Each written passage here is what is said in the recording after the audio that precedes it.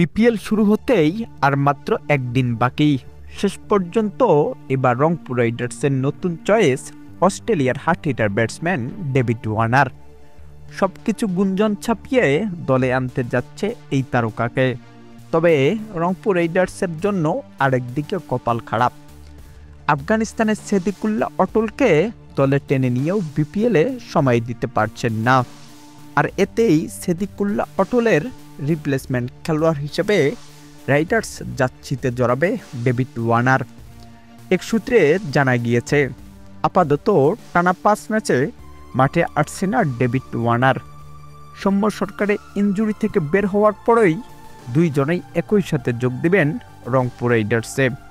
মোট কথায় দেশি বিদেশি তারকাদের নিয়ে স্কোয়াড দিয়েছেন রংপুর। দেখা যাক কেমন মাঠে পারফর্ম উপহার দেয় বিপিএলের 11তম আসরে উত্তরবঙ্গের রংপুর রাইডার্স।